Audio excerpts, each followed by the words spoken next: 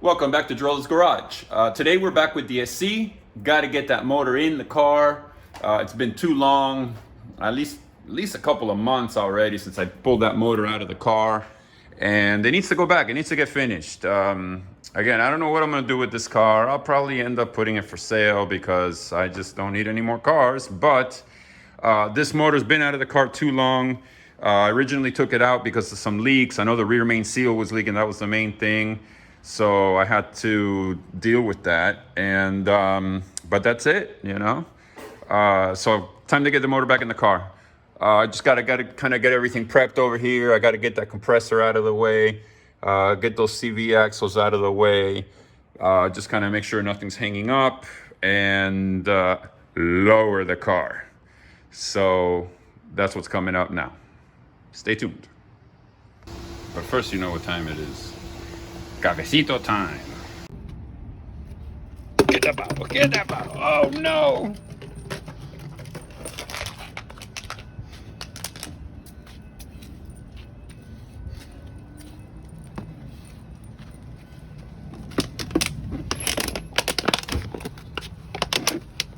You gonna get the cap off, doggy?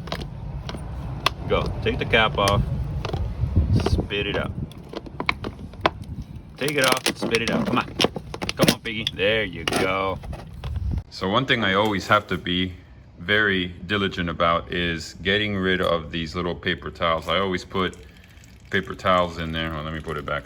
Anyway, I always put paper towels in there to keep oil from coming out and stuff from coming in. Like here too, I'll pull that one out. I didn't put one here, but that's it. I think all the other ones also I left open, but still, gotta always double check, because these little things, if you put the engine back in without taking that paper towel out, you are going to have a serious issue. Okay, so I think I'm ready to start lowering the car. I just gotta make sure, you know, like the CDI plug and where's the other one? I had the other harness here. Just gotta make sure everything is out of the way so that when this comes down, nothing gets pinched. So I'll go ahead and start lowering the car little by little and make sure everything's out of the way. That guy's gotta move though.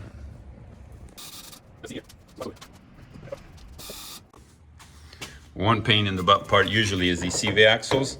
They hang up there. And then when you come down a little more, it'll get hung up here on the throttle wire there, the little connector, whatever you want to call that thing. And also over here on the starter. This one will get hung up on the starter and it becomes a major pain in the butt. So what I'm gonna do is lower it a little bit more and then swing that one around. I think from the looks of it, I need to move the motor this way a little bit towards the passenger side, and I'll keep bringing it down. But otherwise, everything looks pretty clear. So let's keep going. That's the beauty of this box here with the movers dolly underneath. I can move this motor in any which direction I need to, which makes it so much easier. It's such a pain, and I can only move the motor forward and back. Almost impossible, but everything looks good. Let's keep going. Another thing I always have to be very careful of is that shift shaft here, this one right here, and then the lift has this lip here that has the little loop that you hook the thing up to move it around. So I always have to make sure that they clear, because they're both perfectly centered. So I kind of have to bring the lift down and then swing that back around. So that's also very careful, otherwise the whole thing will fall back, and we do not want that happening. So otherwise everything seems to be going in rather smooth. Getting there.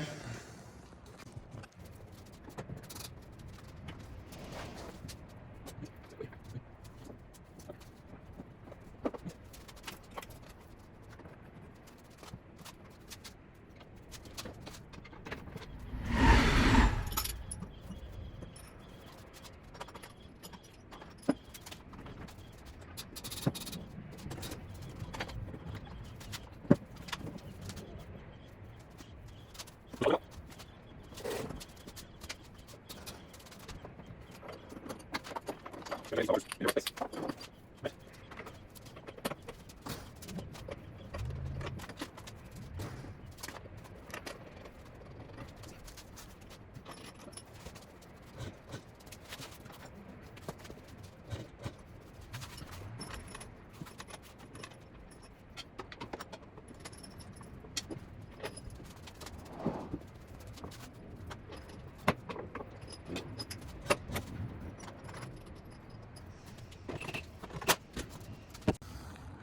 All right, so once these guys are in, these two, the transmission mount bolts, everything else aligns pretty easily. So now the next thing I have to do is get this one here.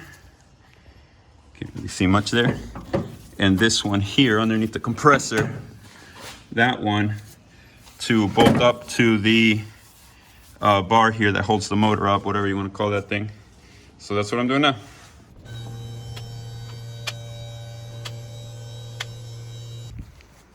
All right. Well, the engine is in the car.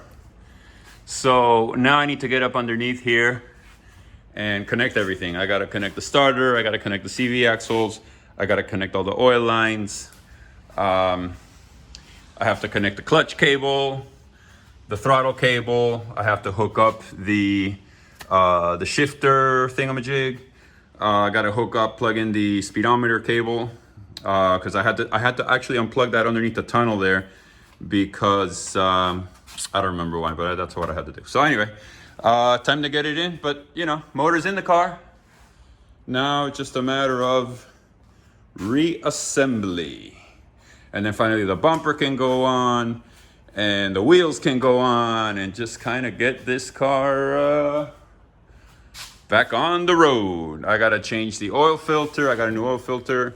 I got to put oil in it and all of that good stuff. And then I got to come up to the top here and start connecting everything. Fuel lines, you know, electrical, breather lines and all that stuff. I got to put in this compressor. This compressor was such a pain in the butt. I don't know why, the way that bracket is or whatever. It was just a pain in the butt. But it needs to be done regardless. So it can be all a pain in the butt it wants. It's still going to get its way. So that's all good. Making progress. All right, so one very important tool that every self-proclaimed Porsche mechanic must have, especially with these air-cooled cars, is a 36 and a 32. Because without these, you're not getting very far. So you use these to tighten up the oil lines, and without them, you're just not doing that. So.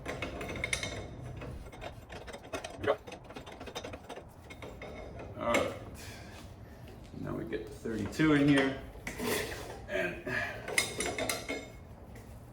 as they say, get it good and tight, as they would say in Germany. So it looks like I'm seeing all this sealant. This gearbox has probably been rebuilt. I don't have any records of that. I wonder if that's the same person who put hex bolts here instead of the Allen bolts like they're supposed to be. I don't know why somebody would do that, but anyway. Point is, I see all this RTV everywhere, so it looks like this transmission's been rebuilt. Good to know. What I have to get done up here is I have to connect the main battery cable to the starter and tighten up that thing there. I have to connect the ground strap. I have to connect the speedometer. That's it. Then I have to do the clutch. I got to put the clutch arms and everything on there. I need to put the throttle cable here. I need to put the clutch cable over here.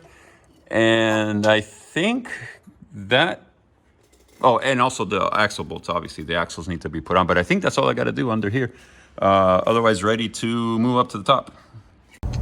All right, so I have to run up to the hardware store to get 12 of these guys right here. I thought I had some there in the shop, but apparently I don't. So for those axles, I don't want to put those hex bolts in there because I don't know, it's supposed to use these. So I'm here at the hardware store. I'm gonna run in and get some of these bolts, and hopefully they'll have them. Score! So my buddy tells me one day, hey, you should get this super handy dandy Craftsman torque wrench. They work so great. They have a little digital display. Look how pretty it is. So I said, okay, fine. So actually I got this one, which is the 3/8 inch, and I also got a 1/2 inch one that I use to torque wheel bolts and everything. Every time I use it, I gotta mess with the batteries to the point where I ended up having to take the batteries out after each use, because otherwise the next time I go to use it, the batteries will be dead. It's a pain in the butt. I would not recommend getting one of those. Get the one, you know, just a little twisty thing here that has a little scale here that, you know, that's it. Don't get one of these digital ones. They're just nothing but hassle. Anyway, I don't know. Another rant of mine. So now that we get that out of the way, next is torquing the axle bolts. Okay, so from what I can see, I got the clutch done. I got the CV axles torqued. I almost forgot about the sway bar, but I got that done already. I got the oil lines done. I got the ground strap in. I think that's about all. You know, in hindsight, and when I had the engine out, I should have replaced the struts so I wouldn't have this bar in the way. Completely forgot about that. I mean, I've been looking at this bar here, but I don't know. See if I can find the set. I probably have some back there on the shelf. I'll go put them on. Hopefully get this stupid thing out of the way here, because it's in the way. It's inconvenient. Okay, anyway, I still have that bar there. I found a bunch of those shocks. I just gotta match them up once I take the ones from over here off. So over here, I think I got everything done. Fuel lines, vacuum lines, O2 sensor, the plug here. There's a plug back there. I got the breather lines in. I have not connected the AC compressor yet. I think I'm gonna leave it like that for now. I took the belt off. Just so I can crank it. Plus it'll be easier for me to change that oil filter, which I'm about to do right now. But otherwise, I think everything else is pretty much ready to go. I like when things move forward. It's good. Progress. All right, so I got 9 quarts here of good old Valvoline VR1. And I got my new oil filter on here. So I'm gonna start putting oil. I'm gonna start with 9. I'm gonna let the engine warm up, bring it up to temperature, and then check it again. But I usually put somewhere between 8 and 9, but I know that since I put that oil cooler up in the front there, it's one of those radiator type with the fan and everything that holds more oil. So I'm gonna start with 9, and then whatever happens, I know there's at least 9 quarts of oil in the motor, so nothing to be worried about. So I will continue pouring these guys in, and let's see what happens. Then it'll almost be ready to crank up. Getting excited.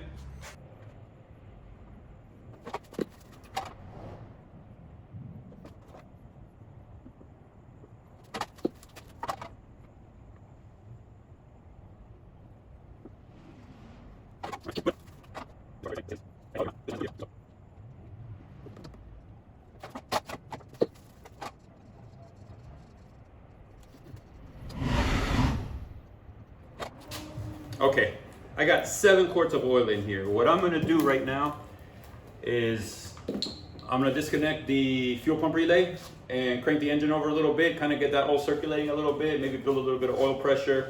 But mainly I wanna get some of this oil out of the tank by circulating it, around the oil system. And that way it'll help it flow a little easier. Look who came to visit. Hi, Piggy. She's so cute. So for anyone who doesn't know, the fuel pump relay on this car is already out. How convenient. I already had it out. Okay, cool, perfect. Here it is right here. So let me connect the battery here. And hopefully it has some juice. I left it on disconnected. Oh yeah, okay, the little light is on, so. All right, let's give it a little crank and see what happens. All right, so I'll put 2 more quarts of oil now, and that should be it. I'll hook up the fuel pump relay and let it rip. It's probably gonna smoke like crazy. These things always smoke when you start them up after you take them out and move them around and everything.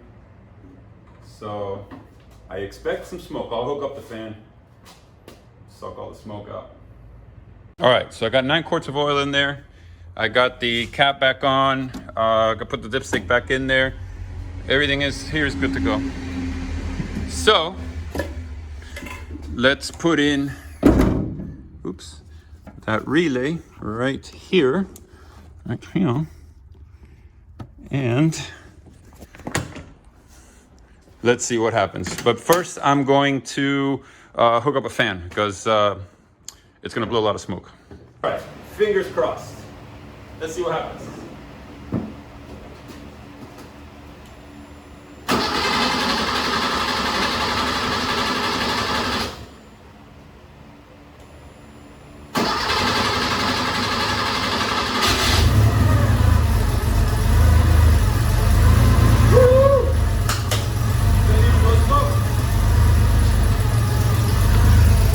Look at that. I was expecting a bunch of smoke. Nothing. Nice. Let's see.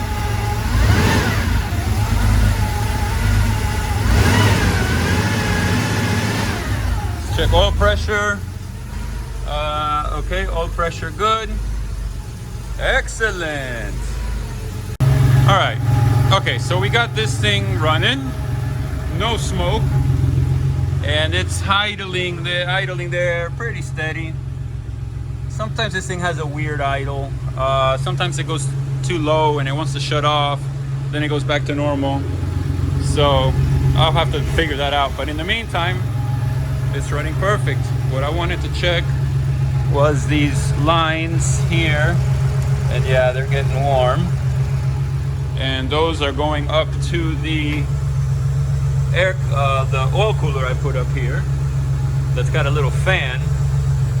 So what I did was I took the switch underneath the gauges there, the switch that controls the left-right mirror, since the power mirrors on this car don't work anyway, and I used that to turn on the fan. I don't know if you can hear that, but that's the fan blowing for the oil cooler. Get some light. So that was pretty cool. And see that oil cooler I put there, it's a Mocal, I don't know what you call it, whatever, AN fittings and all that, with a electric fan on the front of it. So that's gonna work out really well. Okay, so 14 quarts later, I finally got the dipstick pretty much in between the two marks. That's a lot, 14 quarts. I guess that oil cooler I put up there uses a lot of oil. Also here the gauge is marking levels. So I'm gonna leave it at that. I'll put the cap on here and that's it. Sounds great. Okay, so that's gonna wrap it up for the Brown Bomber for today. The engine installation was successful. The car starts and runs great. The only thing I had noticed at first is I saw some oil leaks down here. Actually, there was a pretty decent one. So I was a little concerned about that. So what I did is I cleaned it up and I started the car again. I let it get hot again, and now it's not leaking anymore. So it's very possible that things just needed to kind of get wet and seal up. Like this oil line here was leaking pretty bad, and something else over here was leaking, and there was a few drops, but the oil line was a pretty decent one. But now it's not leaking anymore, and now it's dry. So I'm just gonna leave it alone. Hopefully that will take care of the oil leak. So tomorrow I'll get or I don't know if tomorrow, but the next time I work on the car, I'll get the AC compressor back on, because I just have it sitting here right now. That bracket, for some reason, the way that thing bolts in, is kind of a pain, but nothing, a couple beers and a little bit of time won't fix. So everything is working. I checked the oil lines, everything's getting hot. I checked the cooler, I turned the fan on, it's blowing nice and warm air. I have to bleed the brakes. I rebuilt the calipers, so I need to put some brake fluid in there and get those brakes bled. I got to put the rear bumper back on. I got to get this rocker pan off, and that's it. So we'll see. Then I got to get the interior, then the deck lid, with the front bonnet also. The problem I have with the deck lid is these brackets here that hold the condenser. I don't know. I got to see how I'm going to mount that condenser to the fiberglass ducktail. So anyway, that's going to do it for today. Please subscribe. Please hit the like button. That helps me out. Lets me know you guys are enjoying these videos. Otherwise, what's the point? Be back soon with this one. At least I'm happy the engine is off the ground, transmission, everything's back in the car, so it's not in my way anymore.